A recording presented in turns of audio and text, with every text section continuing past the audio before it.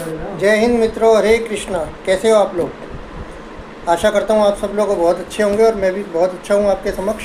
तो आज के इस नित्य भगवत गीता चैप्टर श्रृंखला में आपके समक्ष एक नए श्लोक के साथ मैं हाजिर हूँ। और अब शुरुआत करते हैं भगवत गीता चैप्टर नंबर 3 कर्मयोग से एक नए श्लोक के साथ, जिसमें भगवान कृष्ण अर्जुन को बता रहे हैं, जो तुम ये कर्म कर रहे हो ये प्रकृति के 3 गुणों के वशीभूत होकर कर रहे हो, अपनी मर्जी से नहीं कर रहे। इसलिए इन कर्म का अपने आप को मालिक मत समझो। ये कर्म कौन है? आप किसी प्रकृति के वशीभूत 3 गुण, सतोगुण, रजोगुण और तमोगुण, इन 3 गुणों के वशीभूत होकर कर्म कर रहे हो। तो इस पर एक श्लोक जो भगवान कृष्ण अर्जुन को बता रहे हैं, प्रकृति क्रिय कर्माणि गुण कर्म विभागशः अहंकार विमूढ़ात्मा करता है अहम इति मन्यते। तो इसमें भगवान बता रहे हैं कि जो जीवात्मा अहंकार के प्रभाव से बोलते हैं कि मैं अपने आप को समस्त कर्मों का कर्ता मान बैठता हूँ, जबकि हम किसी भी कर्म के कर्ता नहीं हैं। हम प्रकृति के 3 गुणों के वशीभूत होकर ये कर्म कर रहे हैं। तो हम लोगों को ये नहीं समझना चाहिए कि हम लोग इन 3 गुणों के वशीभूत होकर जो कर्म कर रहे हैं उसके हम मालिक हैं। नहीं, ये जो हम कर्म कर रहे हैं ये हम 3 गुणों के वशीभूत होकर कर रहे हैं। अब ये हमारी चेतना के ऊपर निर्भर करता है कि हम किस गुण के अधीन हैं।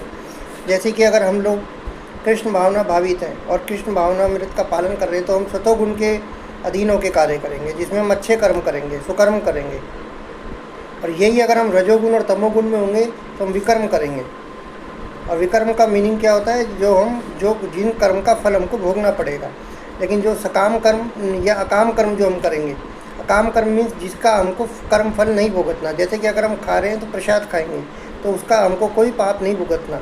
अगर हम कमा रहे हैं तो वो भगवान की सेवा के लिए कमा रहे हैं, उसका हमको कोई कर्मफल नहीं भुगतना। और यही अगर हम रजोगुण और तमोगुण के लिए करेंगे, जो हम समाज संस्कृति और इसके लिए करेंगे, तो उनका कर्मफल हमको भुगतना पड़ेगा। अगले 84 लाख योनियों के लिए तैयार होना पड़ेगा। तो मित्रों, इस तरीके से अगर आप लोग डेली नित्य एक कृष्ण भावना भावित में रह के एक श्लोक का डेली पाठ करेंगे, तो आप भी धीरे धीरे सतोगुण की ओर अग्रसर हो जाएंगे। और जो हमारी जो नित्य क्रियाएँ होंगी उसको हम सतोगुण में कन्वर्ट कर जाएंगे और हम अच्छे कर्मों के प्रति अग्रसर हो जाएंगे, जिससे कि हम लोग क्या है, अकर्म स्थिति में आ जाएंगे। कोई भी कर्म का हमको क्या नहीं लगेगा, फल दोष नहीं लगेगा। तो इसी के साथ मैं अपना ये आज का व्लॉग समाप्त करता हूँ और मिलते हैं फिर अगले श्लोक के साथ कल नए व्लॉग में आपको। हरे कृष्णा। जय श्रीला प्रभुपाद की जय हिंद।